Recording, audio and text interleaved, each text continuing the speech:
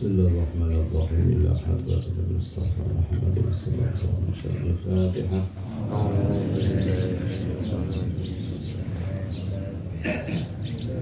Alhamdulillahi rabbil alamin. Iyyaka na'budu wa iyyaka nasta'in. Shiratal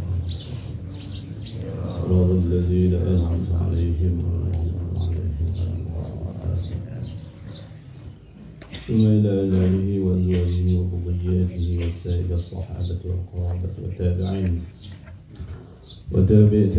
ومن تبعهم بإحسان إلى يوم الدين والعلماء العاملين والشهداء والصالحين والأولياء والمخلصين والملائكة المقربين ولوالدينا ولمشايخنا ولجميع المسلمين والمسلمات والمؤمنين والمؤمنين ولمن حق علينا ثم إلى حجة الإسلام أبي حميد محمد بن حميد الغزالي وإلى شيخ الرسول الفلبدي. الفاتحة.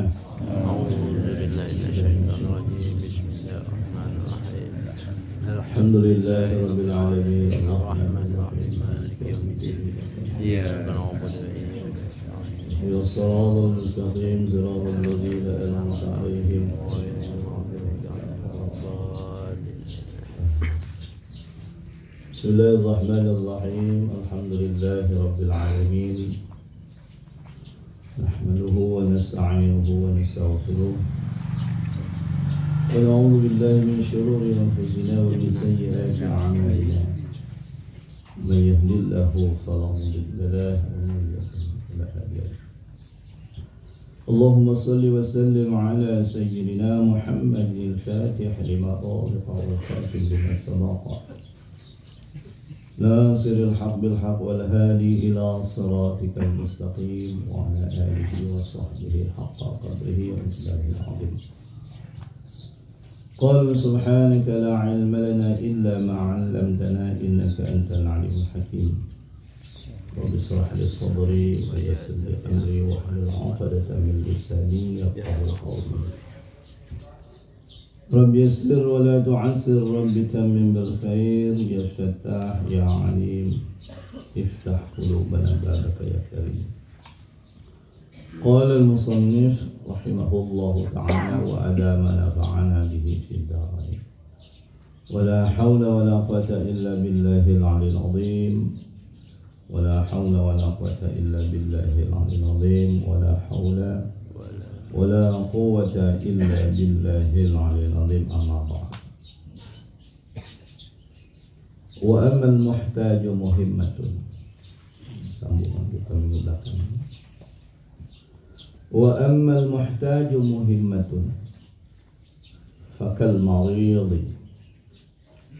الذي يحتاج إلى دواء ليس يظهر خوفه لو لم يستعمله ولكنه لا يخلو عن خوف. وكمن له جبة لا قميص تحتها في الشتاء وهو يتأذى بالبرد تأذبا لا ينتهي إلى حد الضرورة. وكذلك من يسأل لأجل القراء وهو قادر على المشي بمشقة فهذا أيضا ينبغي أن يترسل عليه الإباحة لأنها أيضا حاجة محقة. ولكن الصبر عنه أولى وهو بالسؤال تارك للأولى ولا يسمى سؤاله مكروها مهما صدق بالسؤال. وقال ليس تحت جبتي قميص والبرد يؤذيني أذى أطيقه ولكن يشق علي فإذا صدق فصدقه يكون كفارة lis-su'ali insyaallah taala. Artinya, dan adapun orang yang sangat hajat itu, ya, orang yang sangat memerlukan itu. Adapun orang yang sangat hajat itu akan satu hajat yang dicita-citakan atau yang diinginkan itu, yang sangat diperlukannya, kebutuhan hajat yang sangat mendesak. Bagaimana orang ini boleh minta atau tidak? Ya. Yaitu seperti orang yang sakit, yang sangat hajat, yang sangat perlu, yang sangat membutuhkan kepada obat. Ya. Padahal tiada zahir takutnya akan penyakitnya itu, tapi dia tidak begitu takut terhadap apa yang diidapnya, apa yang dirasakan dalam penyakitnya. Walhal dia sakit sebenarnya memerlukan obat, katanya. Nah, tapi dia tidak takut terhadap sakitnya jikalau tidak memakai akan obat itu. Tetapi dia sunyi daripada sedikit takutnya itu. Tapi penyakit ini masih mengkhawatirkan akan membahayakan atau akan memberikan pengaruh kepada dirinya. Dan adalah hal ini, situasi seperti ini, ya, karena dia sudah sangat perlu dan mendesak, ya, diharuskan atau dibolehkan ia meminta akan sesuatu yang menyampaikan kepada hajatnya itu. Ya. Ukuran ini mengharuskan dia untuk boleh meminta. Tetapi jika ia sabar daripada mereka itu, kalau dia sabar bagaimana dan tidak meminta akan hajatnya itu, ini saya lebih aula, lebih elok baginya, lebih utama baginya. Ya. Berarti begitu memiliki kepribadian atau begitu hebatnya pribadi seorang muslim sesungguhnya. Ya, kalau betul-betul tidak mendesak, bahkan ini sampai ya akan membahayakan dirinya, barulah ada boleh untuk meminta untuk pribadi. Ya. Berbeda kalau untuk umat, gitu kan. Nah, ini masalah pribadi, kepribadian seorang muslim itu seperti apa. Dan seperti orang yang ada baginya baju jubah yang belah dadanya, padahal dia ada baginya baju kurung yang di dalamnya, dia tidak punya baju dalam. Ya. Padahal di dalam waktu yang sangat sejuk, pada situasi sangat dingin, musim dingin, umpamanya orang yang daerah dingin atau musim penghujan, ya, yang akan menyakiti akan dia sejuk itu. Sejuk ini akan membuat ya, dirinya menjadi sakit. Ya. Akan tetapi sakit yang tidak sampai kepada batas atau had darurat yang memberi kemudarat akan dirinya. Ya. Musim penghujan, sementara dia cuma baju luar, ya, tapi tidak ada baju dalam, tapi bajunya belah aja kan, yang menyebabkan angin terus atau ya, kesejukan. Maka adalah hal ini pun diharuskan, dibolehkan meminta akan sesuatu yang menyampaikan hajatnya itu. Tapi kalau sabar, ya, daripada itu, maka sabar itu lebih aula, lebih utama baginya. Ya. Dan demikian lagi seperti orang yang meminta akan sesuatu daripadanya yang diperbuat untuk menyewa akan kendaraannya, padahal ia mampu untuk berjalan kaki dengan masyaqqah, dengan sulit. Maka hal itu pun seyogyanya semestinya bahwa diharuskan atau dibolehkan atasnya meminta akan yang demikian itu, karena bahwasanya telah benarnya atau hajatnya itu. Tetapi kalau sabar, ia daripada meminta akan hajat yang diminta itu terlebih aula, lebih utama kepadanya. Maka meminta akan sesuatu demikian itu meninggalkan ia akan yang aula baginya. Apapun ceritanya katanya bahwa ketika meminta-minta, mengemis, ketika itu ditinggalkan, itu lebih utama, sekalipun keperluan ya kepentingan sangat mendesak. Ya, selagi mampu bertahan, bertahanlah. Selagi mampu kita untuk sabar, sabarlah. Ya, selagi kita untuk bisa ya apa dilakukan, lakukanlah. Bahwa meminta itu adalah keputusan terakhir. Tak lapnya lagi, bolehlah itu. Itulah ukurannya kita. Ya. Dan tidak dinamakan itu makruh. Ya. Mana kalau benar di dalam minta itu tidak disebut makruh. Apalagi sampai kita kepada tahap haram. Kenapa? Karena ya, itu adalah kebutuhan yang sangat mendesak. Karena kalau tidak dia meminta kepada orang lain, ya menyebabkan mudarat, membahayakan diri. Ya, tetapi ketika masih mampu bertahan, bersabar, itu adalah lebih utama. Jadi untuk kebutuhan pribadi. Lalu bagaimana? Ya, kita memiliki mental-mental yang tidak sabar. Inilah kita mohon kepada Allah Subhanahu wa Ta'ala. Ya, bahwa ya, ketika kita mentalnya memiliki apa sedikit-sedikit ngeluh, sedikit-sedikit kita minta. Ya. Ini akan membuat hati kita akan melarikan ke efek hati, ya akan semakin terhijab. Nah. Dan berkata ia tiada di bawah baju jubahku, ini baju kurung, ya. Dan sejuk ini atau dingin ini akan membuat sakit akan aku. Maka sakit yang dapat aku, ya, maka sakit yang didapati aku ini aku tanggungkan dia. Tetapi jadi masyakkah, jadi satu kesulitan dan keberatan dalam hatiku. Ya, maka benar ia seperti yang demikian itu. Maka ada benarnya itu menghapuskan bagi kejahatan meminta itu. Insya Allah. Jadi harus tetap kepada hati, ya, bahwa ini akan membahayakan, memudaratkan diriku. Ini akan memberikan pengaruh kepada fisik itu ketika aku tidak minta.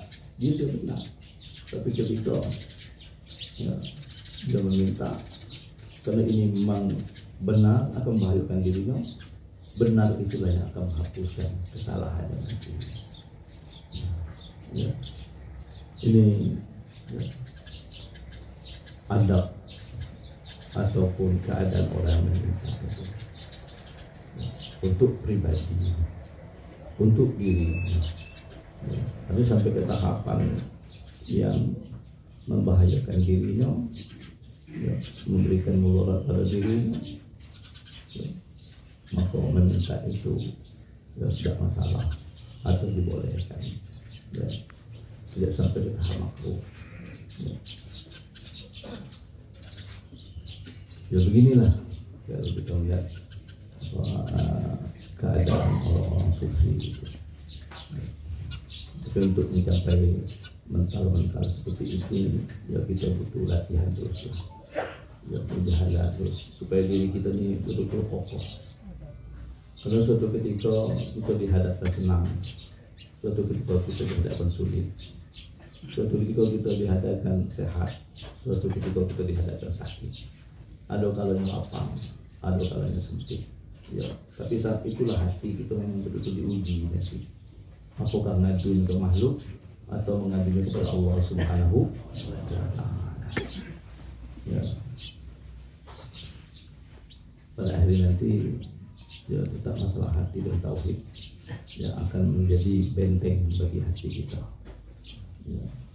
Karena ya, ini kita jadikan untuk standar umum ya, bagi pribadi muslim. Karena semuanya adalah ujian dari Allah Subhanahu wa Ta'ala. Saat kita memiliki lebih, kita diuji untuk bersifat dermawan.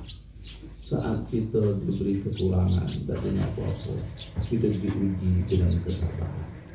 Ya, sama-sama berat ujiannya. Ya, bukan pula ketika itu lebih orang minta, kan tak boleh minta, ya kan? Nah, jangan sampai orang minta kita ngasih. Itu maksudnya. Tapi saat kita tak punya, jangan sampai kita minta. Sabar itu adalah utama. Ya. Nah, tapi paling berat yang mana?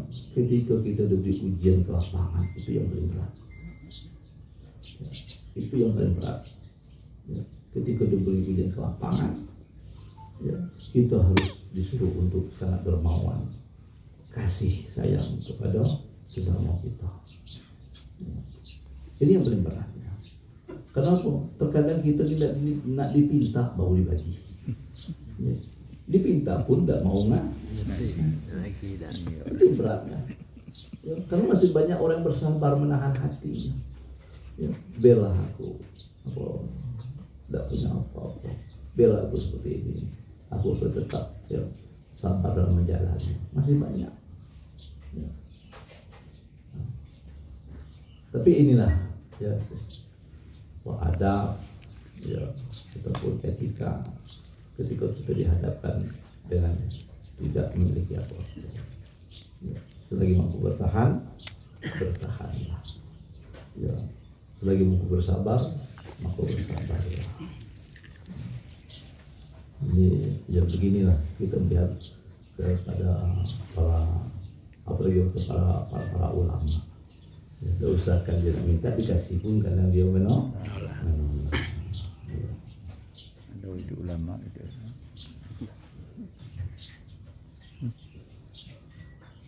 Yang jadi masalah lagi ya, minta mengatasnamakan orang lain, berarti pribadi. Ini berat lagi gitu kan. Dinding gitu ya. Hijab gitu oleh Allah Subhanahu wa taala. Mengatasnamakan orang tapi untuk pribadi. Ini berat lagi. Jadi kenapa keberkahan semakin hilang? Ya, manfaat semakin hilang. Ya, perkaranya seperti ini. Ya, karena kita banyak tidak mampu untuk bersabar dalam jalan hidup ini. Ya. Ya, ini yang menyebabkan keberkahan semakin hilang. Karena kurang dan jarang yang mampu untuk bersabar. Adapun kelakuan yang ketiga ini, hal ketiga ini yang kita sebutkan ini, yaitu orang yang muhtaj, artinya orang yang sangat perlu, yang sangat membutuhkan akan sesuatu hajat atau sesuatu keinginan yang ringan, yang tiada sangat perlu, yang tiada sangat diinginkan akan dirinya, diciptakan dirinya. Maka menyebutkan Al-Ghazali rahimahullah ta'ala, wa ammal hajatu khafifatu famislu su'alihi qamisan liyalbasahu fawqa siyabihi inda khurujihi liyasturu bihi furuqa min siyabihi an a'yunin nas wa kama yas'alu li ajli udumi wa huwa wahidun wa huwa wajidun lil hubzi wa kama yas'alu kira' al farasi fi tariqi wa huwa wajidun kira' al himar wa yas'alu kira' al nihmal wa huwa qadirun 'ala al rihlah fa hadha wa nahwuhu in kana fihi talbisu hali bi izhari hajatin wa ila hadhihi wa huwa haram wa in lam yakun wa kana fihi syai'un min al-ma'dhurat al-thalathati min asy-syaqwa wal-dhulli wa ida'i as-su'al fa huwa haram li'anna misla hadhihi al-hajata la tasluhu la an tubahu biha hadhihi al-mahdhurat wa in lam yakun fiha syai'un min zalika fa huwa mubahun ma'al karahah. Adapun hajat keperluan yang ringan yang belum sampai kepada perkara yang sangat mendesak, Maka itu yang seumpama orang yang meminta baju karena berkehendak memakaikan dia di atas kainnya, ya. Pada ketika keluar, ya, di hadapan manusia, supaya tertutup, ya, dengan dia yang, ya, yang rusak, yang busuk daripada kainnya itu, yang busuk daripada kainnya daripada manusia. Ya. Dan atau seperti orang yang meminta karena berkehendak kepada laut, dan yaitu telah didapati baginya roti, ya, dia masih ada yang dimiliki, ya, cuma untuk nama-nambah, ya. Dan daripada seperti orang yang meminta akan harta, berkehendak kepada menyewa kuda di dalam perjalanan, padahal masih dapat menyewa akan, ya, di bawahnya keledai, ya. Dia masih mampu untuk yang lain, ya. Atau meminta harta karena berkehendak menyewakan sesuatu tempat duduk di belakang kendaraannya, padahal dia kuasa atas kendaraan, di atas belakang kendaraan itu dia masih mampu, masih ada, ya. Nah, ini contoh situasi di zaman 800 tahun yang lalu, ya. Ya, kalau kita bawa ke dunia sekarang, seseorang itu masih ada yang dimiliki, ya, cuma ingin lebih, ya. Dan adalah sekalian ini dan semua itu, jika ada di dalamnya meminta akan macam itu, sama kelakuan itu dengan menzahirkan hajat yang lain daripada hajatnya yang tersebut itu, maka itu haram akan meminta itu. Dia masih ada untuk bertahan, masih ada yang dimiliki, masih ada yang dipunyai, cuma ingin lebih, ya. Nah, inilah menjadi hal, ya. Ini dalam pandangan kajian sufi, ya. Betapa kalau tidak benar-benar berhajat, tidak benar mendesak, tidak benar perlu untuk pribadinya, dia tidak akan sampai kepada tahap meminta, karena itu adalah ujian, ya, yang dihadapi, sabar atau tidak, ya.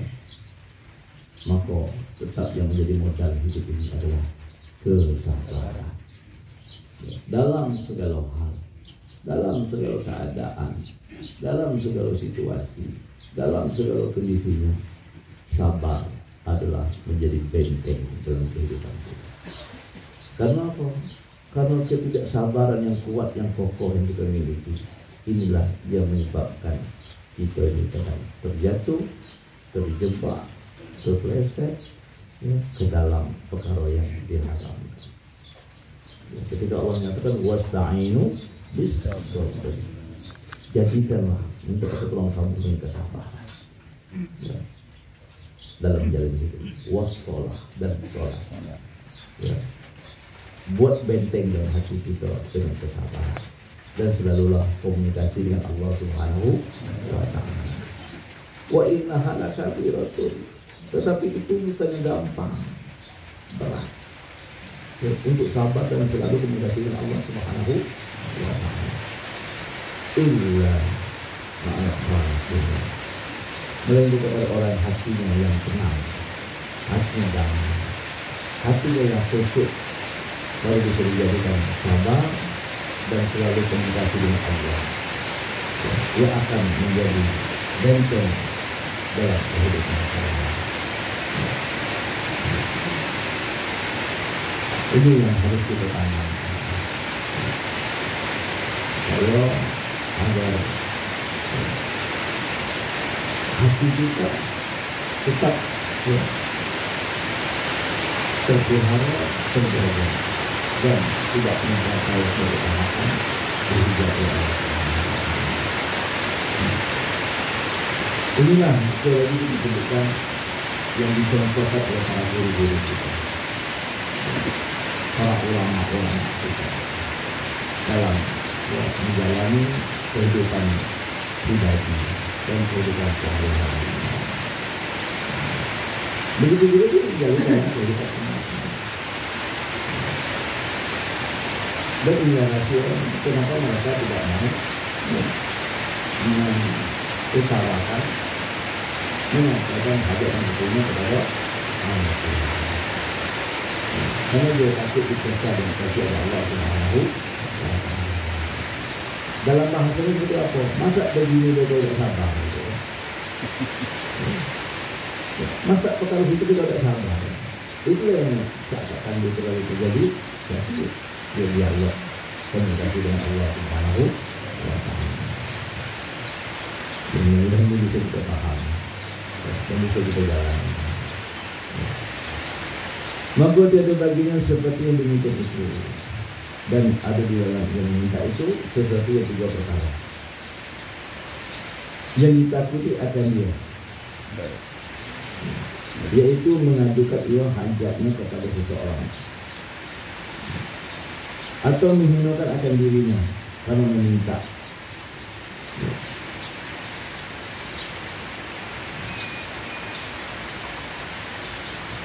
Menghinakan akan dirinya karena meminta. Menghinakan dirinya karena meminta itu menyakiti dia akan orang tempat yang meminta. Maka yaitu haram saja. Dia meminta itu. Dia menghinakan dirinya, tapi akan menyakiti bila dia meminta itu. Itu menjadi satu yang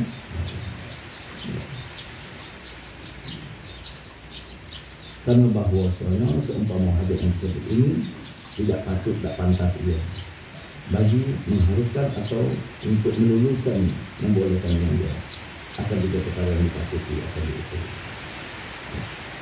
Dan jika tiada dalam meminta itu sesuatu daripada meminta itu, maka itu harus meminta akan hajat, dibolehkan meminta akan hajatnya seperti ini kan itu, tetapi diiringi dengan maksud.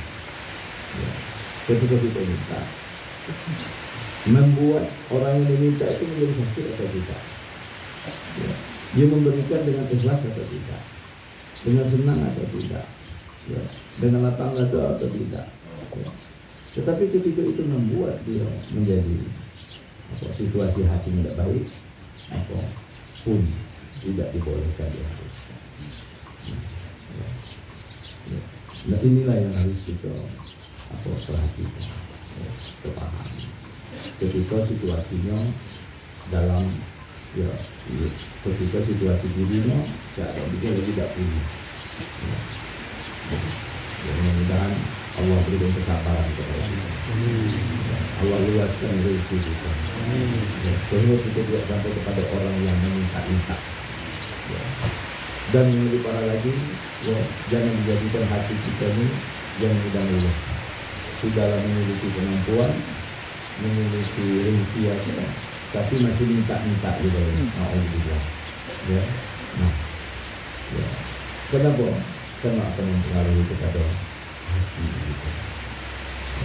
Bagaimana menjaga hati, menjaga hati, menjadikan hati, kemudian membenihkan hati, melembutkan hati, sampai suatu ketika nanti menjadi hati kita, hati yang betul-betul bening dan juga hijau oleh Allah Subhanahu wa Ta'ala.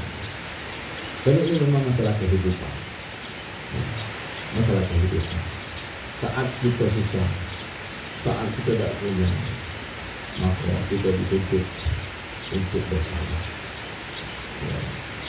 Karena ini bahagia dari ujian yang Allah berikan kepada kita. Tetapi ketika kita mampu bersabar, mampu bertahan, mampu untuk menjaga diri, maka saat itu akan terpelihara hati kita. Sekali lagi ketika Allah uji kita dengan kesenangan, kelebihan rezeki, mampu bersabar di dalam kita, bersabar untuk tidak menjadi orang yang batil. Kita dorong diri kita untuk menjadi orang yang batil, untuk memiliki sifat yang terbuka atau dermawan, memiliki kasih sayang yang besar dalam hati kita. Mudah-mudahan Allah memberikan taufik dan hidayah kepada kita ini. Adapun yang keempat itu yaitu meminta akan sesuatu yang terkaya daripada, tapi yang tidak dibutuhkan.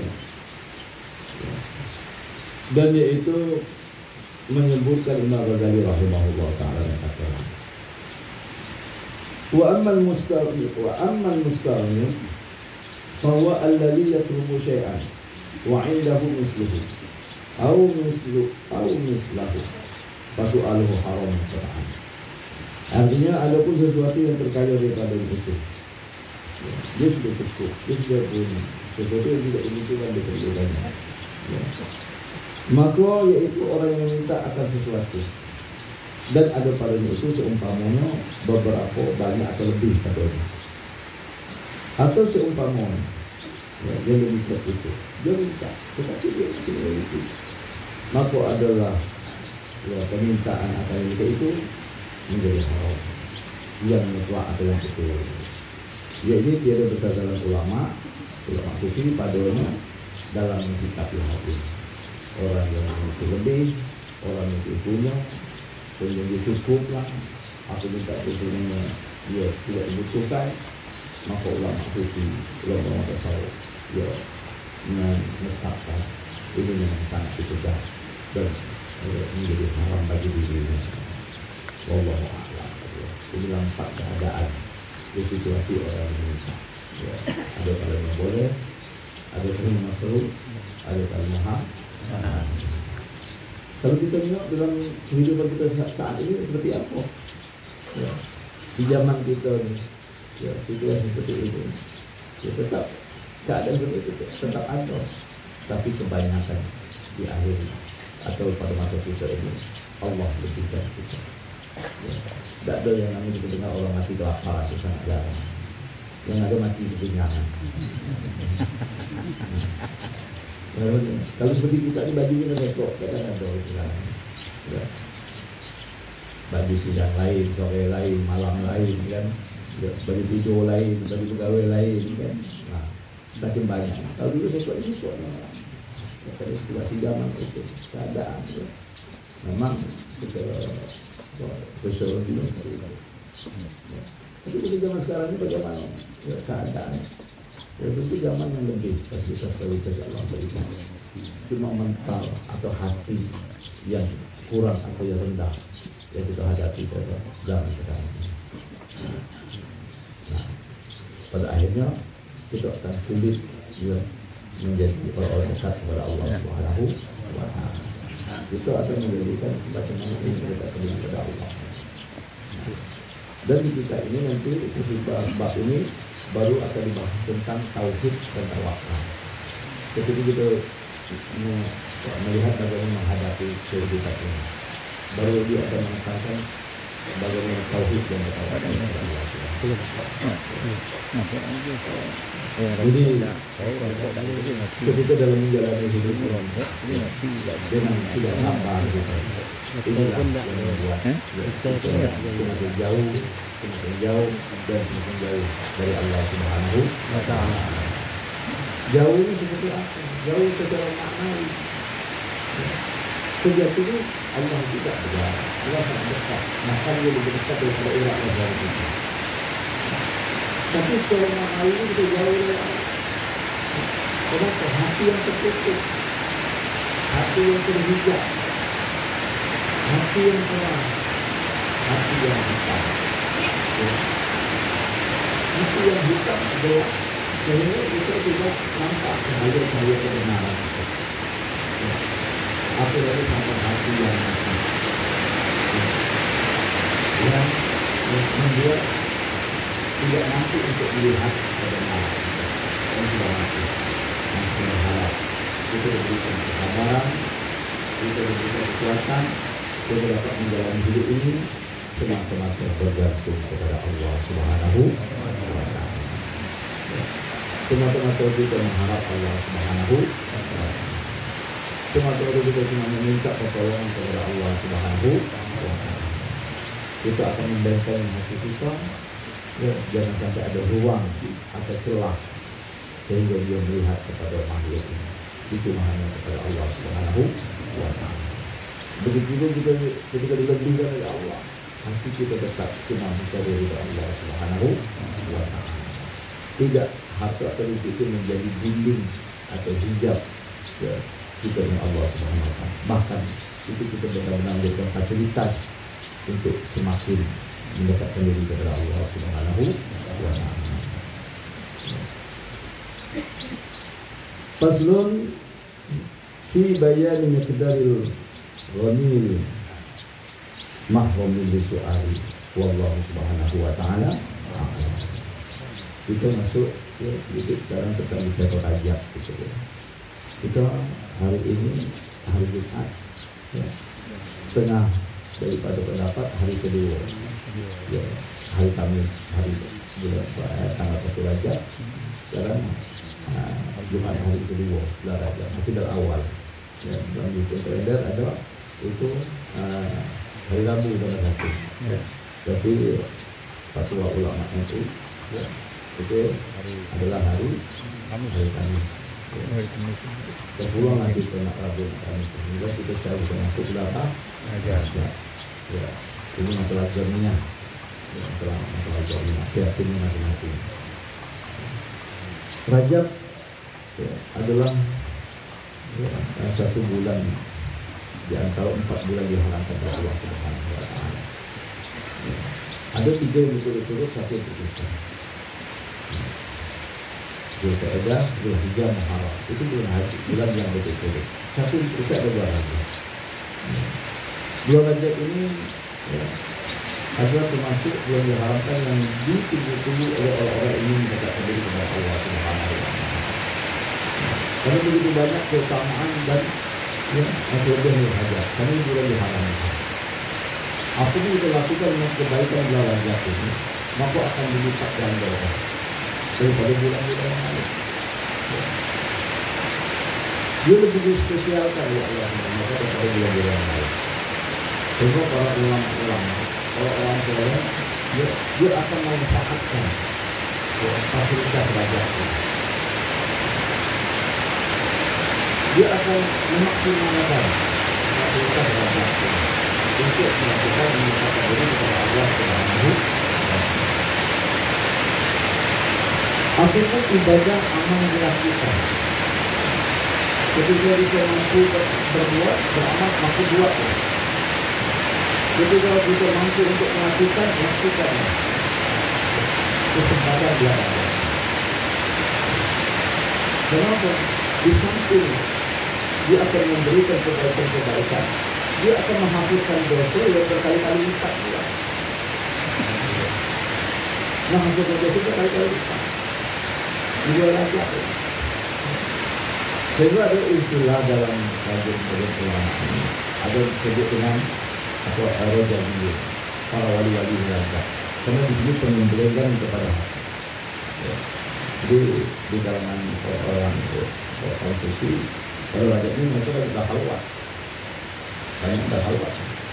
Ya. Mereka menyendiri, membutuhkan dirinya, banyak minta ampun, banyak bertobat dan melakukan amal-amal.